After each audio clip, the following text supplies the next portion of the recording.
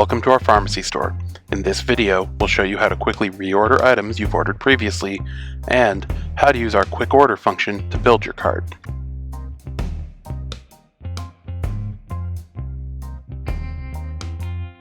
First, visit your order history by selecting My Account from the top menu and then selecting Order History.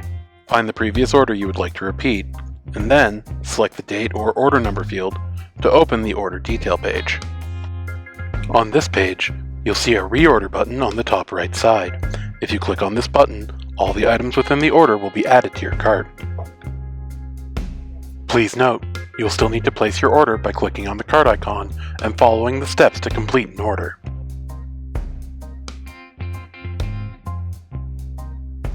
To access the quick order function, select My Account from the menu at the top.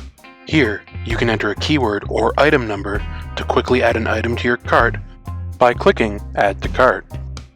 If you want to add multiple items at the same time, please click Order Multiple Items and enter a keyword or item number. Here, any item you select will be displayed right underneath. Once you have all the items ready, click Add All to Cart and check out, and you will be led to the cart page directly.